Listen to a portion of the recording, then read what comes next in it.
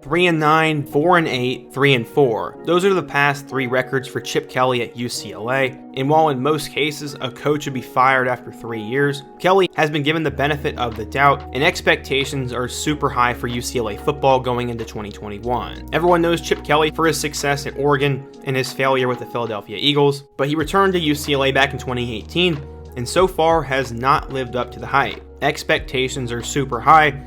He has a lot of returning talent, and the Bruins have the potential to be a sleeper team in college football. I believe they're good enough to be borderline ranked going into this year, and I'm really excited to see what UCLA is going to do. It's either going to be a success or a complete failure, and Chip Kelly's seat might be hotter than any other coach in college football right now. In today's video, we're going to preview the UCLA Bruins, go through their roster, depth chart, and schedule, talk about some of the storylines, and what my expectations are for this team. But right before we get into it, we just hit 50,000 subscribers, so I want to say thank you for that. But now we are on the road to 100K, and since nearly 80% of you guys are not subscribed, I'm going to need your guys' help to get to 100K, so please be sure to hit that button, as I really appreciate it. And now let's talk about UCLA football. As always, before we preview the roster, let's go back and see how they did in 2020. They lost their first game of the season on the road to Colorado, and while it looked like a bad loss at first, Colorado ended up being the best team in the division. From there, they go back home and beat California, before they lose a close game to number 11 Oregon on the road. They ended up beating Arizona and Arizona State, and at that point they were 3-2 going into their matchup with USC. They ended up losing that game in a thriller, and then lost by 1 point in double overtime to Stanford. So while the Bruins did finish with a losing record last year, out of all the games, they either won or lost by 1 possession. So theoretically, this team could have gone undefeated in a perfect world, but that's not how it played out, and they're going to need to fix that going into 2021.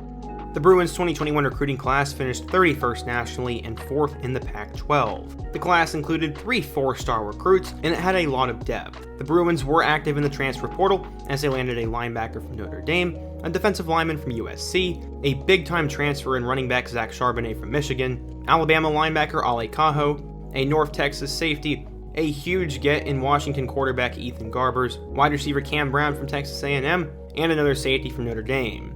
Garbers will be the next man up after DTR, and Charbonnet should start right away, so I'm really happy with the transfers they got. Looking ahead to the quarterback spot, this will definitely be one of the strengths of the team, as they will return a guy who has seemingly been in college football forever, Dorian Thompson-Robinson. He was a borderline 5-star recruit coming out of high school, and beat out Wilton Spate for the starting job in 2018, and has pretty much started every single game since then. DTR has a ton of experience, is a naturally talented player, and now has the leadership to guide this team, and I think he'll be one of the better quarterbacks in the country this year, and could be a sleeper Heisman contender. His backup will be Ethan Garbers, who actually set multiple records in the California high school football system, and was a 4-star recruit coming out of high school. He took his talents to Washington, but he decided to transfer to UCLA, where he will be the likely backup. And yes, he is also the brother of Cal starting quarterback Chase Garbers. The third option will be Chase Griffin, who's a redshirt sophomore who was a 3-star recruit coming out of high school. And then finally, Parker McQuarrie, who is a 4-star recruit as well, who is a redshirt freshman. I like this quarterback room, and this should be the strength of the team. The running back spot is both interesting and concerning, as the 2 likely starters will come down to Britton Brown and Zach Charbonnet. Both of these guys are transfers, as in case you didn't know. Britton Brown started multiple games at Duke, and Zach Charbonnet started multiple games at Michigan. Those 2 guys will be the main options for them, and after that you're going to have Christian Grubb, Deshaun Morrell, and Keegan Jones. In terms of the wide receiver spot, they lost their speedster and Demetric Felton to the NFL, but they should have some decent guys returning. They'll have Matt Sykes, Kyle Phillips, Chase Cota, Cam Brown, Logan Loya, Daylon Hurt, and Josiah Norwood as their options, and while they won't have the best receiving core in the Pac-12 or the country, I think it'll get the job done. Going through the research so far for UCLA, it's been extremely difficult to find out who the starters will be. Forgive me if I'm completely wrong. At left tackle, you're going to have Sean Ryan. At left guard, you're going to have Paul Gratton.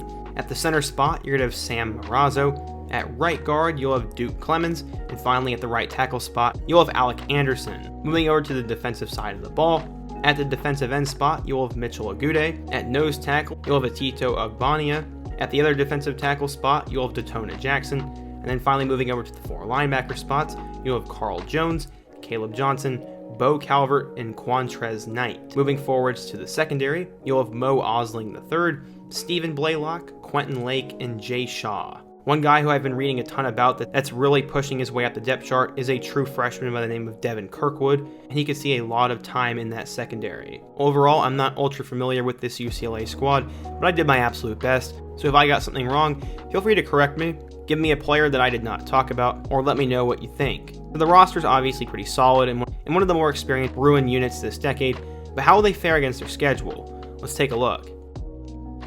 The UCLA Bruins help open up the college football season in week 0 as they will play against Hawaii at home. While Hawaii has pulled off a couple upsets over the years, I believe UCLA is more talented, and in year 4 under Chip Kelly should not drop this game, so we're going to chalk that up as a win. Next, they play in one of the biggest week 1 matchups as the LSU Tigers come to town.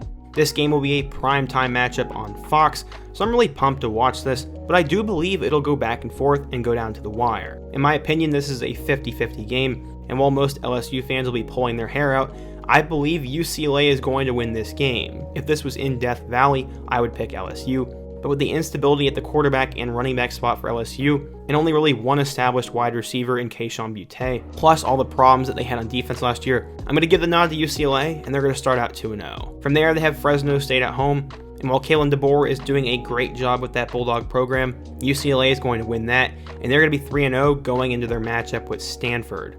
Under David Shaw, the Cardinals have taken a little bit of a step back over the last 2 to 3 years, and they just haven't seemingly been the same. Stanford loses Davis Mills, and I'm just not very confident in this Stanford team. With that being said, this game is on the road, but I believe UCLA has about a 75% chance of winning this, so I am going to say the Bruins are going to win. Next, we get a pretty intriguing game, as UCLA will play Arizona State at home. If this game was in Tempe, I think it'd be a lot more difficult, but with the cloud that is currently surrounding Arizona State, I really think UCLA has a good chance at winning this game. This is only holding true though if Truly puts it together and the experience shows, but I think that UCLA is going to beat Arizona State as well, and then I think they're going to go on the road and beat Arizona. So that, in my opinion, means that UCLA will start out 6-0, which many people probably don't think will happen. But things quickly get a lot more difficult as they go on the road to Washington. The biggest question mark surrounding this Huskies program will be the quarterback spot, but between Dylan Morris and Sam Heward, I think Jimmy Lake is going to pick the right guy, and I think Washington's going to pull off this upset, and this will be UCLA's first loss of the year.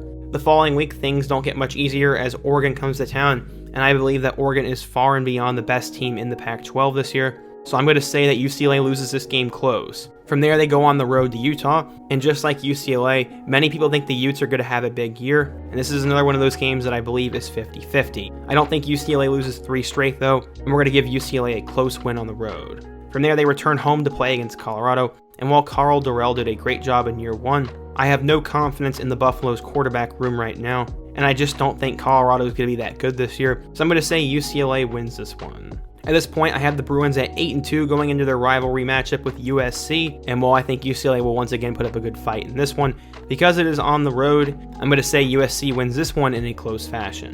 That puts them at 3 losses before their final game of the year in homecoming against California. Under Justin Wilcox, Cal has slowly been building back up, but I just don't have full faith in the Golden Bears just yet, and I think with the experience and the momentum that UCLA will have, they're going to win this game. So overall, my projection has the Bruins going 9-3, and this could either be a terrible take or it could be right on point. I truly have no idea how UCLA is going to do, as they're probably one of the top 3 biggest wildcard teams in college football this year. They have the experience and potential to be really good, but I just don't know if it's going to happen. So as I said, I think they're going to go 9-3 and go to a pretty solid bowl, but they could also lose a couple more games. The games that I have circled on the schedule that will determine the year are that Week 2 matchup with LSU, that Week 5 matchup with Arizona State, the road trips to both Washington and Utah, the home game against Oregon, and the road game against USC. Those are the 6 games that will determine the UCLA football season, and I have them going anywhere from 6-6 to potentially 11-1. What do you guys think though? If you're a UCLA football fan, give me your thoughts and prediction for this year. If you're a football fan outside of UCLA, how do you think the Bruins will do? And also be sure to let me know what you think I got right and what I got wrong. Before you go, don't forget to hit that like button and to subscribe to the channel, and check out all my other videos on the end screen, including my video about what happened to Brett Hundley. I hope to see you guys again soon, but until next time, peace.